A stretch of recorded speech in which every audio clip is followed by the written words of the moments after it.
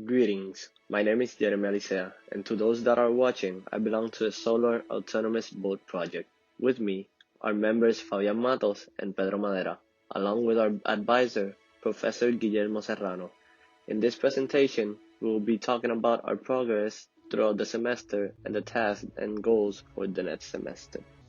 Before going into details about the project, first we must explain what it is all about.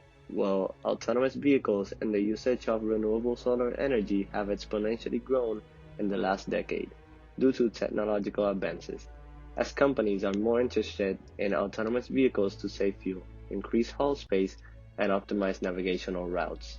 Solar energy has also become one of the most used renewable energy sources due to its zero carbon emission.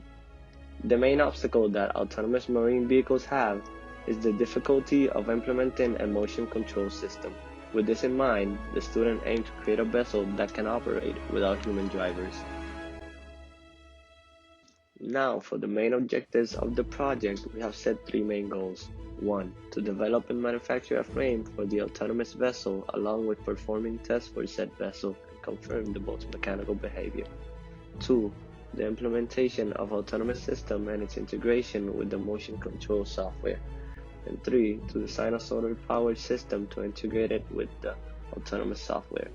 With this, I'll leave you with Pedro Madera, who will be explaining the progress made with the design of the boat this semester. Hi, I'm Pedro Madera. I'll be explaining the design of the boat.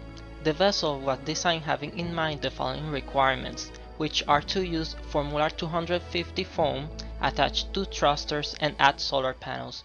It was used the program SolidWorks 2020 Student Edition to realize the boat, which all its dimensions are in the English system of measurements. As a result, we have a boat of 60 inches of height, 8 feet of length, which are 96 inches, and finally 4 feet of width, which are 48 inches. On the right, we can see the figure 1, which is the side view, front view, bottom view, and isometric view of the boat, with all the dimensions in inches. Using the side view as a reference, we can see that the bottom part of the vessel, which height are 8 inches and 2 inches, is made of the material Formula 250, a low-density foam. The upper part of the boat, which has a height of 6 inches, is made of EPS foam, which stands for Expanded Polystyrene. At the lower left end, which is the color black, are the thrusters on the boat.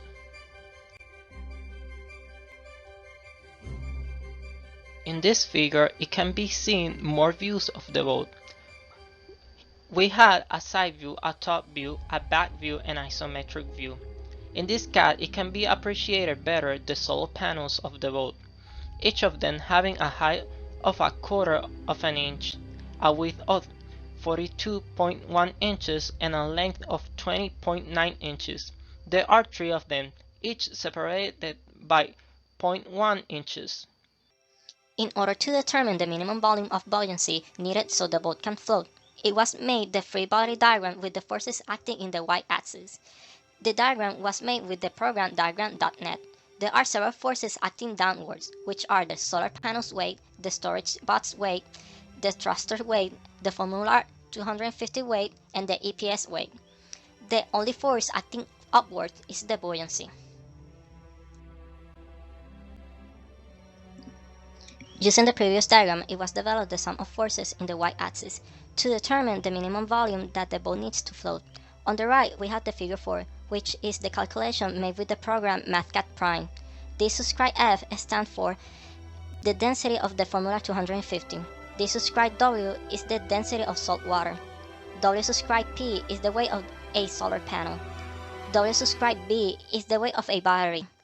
W subscribe box is the weight of the box. W subscribe T is the weight of a thruster. W subscribe EPS is the weight of the expanded polystyrene. And finally, V is the minimum volume that the vessel needs to float. As a result of this calculation, we have that V is 1.402 feet cubed. Taking the volume of the catamaran of the SolidWorks CAD, we have 8.45 feet cubed. If we make a comparison, the volume of the catamaran is greater than the minimum volume needed. This means that the boat can float with the applied forces. Finally, it was required to search for the center of mass in order to establish where the storage box and the battery will be located. It was used two techniques in the program SolidWorks 2020 to find the center of mass. First, it was applied the physical property tool. As a result, it gave us the following lengths: 37.36 inches at the x-axis, 11.64 inches at the y-axis, and negative 24 inches at the z-axis. The z is negative because the vessel is located in the negative side of the axis, meaning that it's truly 24 inches. It was verified this fact using the reference geometry and the measure tools to have a clear thought where the origin point is located. Now I'm gonna leave you with Fabian Mato, which is going to talk you about the autonomous software. Thanks, Pedro. I will now explain the motion control software we will be using. The software will be the ArduPilot rover. The ArduPilot is a software that specializes in RC and autonomous vehicles. This version of the software works for rover-type vehicles, but in addition, it's a frame type that can be changed to that of a boat. Since rovers use almost identical parameters as the boat, all that is needed to be done is to download the firmware for a rover-type vehicle and change the frame type parameter of the software to boat. This way, all the necessary parameters to make the software work on a boat are set accordingly. Before sending the boat to the water, we must first upload a set of coordinates to the ARM computer so that the boat can start its missions. Applications such as GQ Ground Control and Mission Planner give us the ability to not only upload a set of coordinates and waypoints for the boat, but to be able to change set waypoints on real time. Aside from this, they also give feedback on all the sensors of the computer and external ones, such as GPS. In order to achieve all the things I mentioned before, it is necessary to know what components we are using to execute these tasks. The ARM computer we are using is the Pixoc PX4 2.4.8 flight controller 32-bit ARM computer. To this component is connected the GPS and compass, the RC transmitter, buzzer, a safety switch, a power module, which in turn is connected to the Blue Robotics T200 thrusters, and the battery bank. With all these connections, the system has the necessary components to function and execute missions. Since the system will be exposed to water constantly, we must secure its components in a compartment within the boat.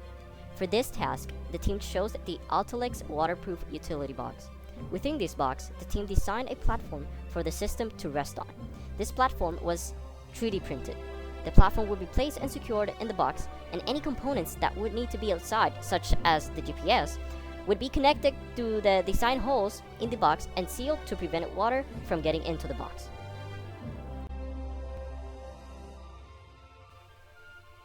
Now for a quick summary about our progress. During August, the design of the boat began along with the continuation of the research for the ArduPilot software. In September, we focused on reworking the design of the boat. By October, the team started to perform various tests on the boat, such as buoyancy force and the manufacturing of the catamaran. In addition, the team started to mount the components for the ArduPilot system. By November, the team continued the tests for the boat frame with the calculations of the center of mass and inertia, plus the start of testing for the thruster functionality with the ArduPilot system.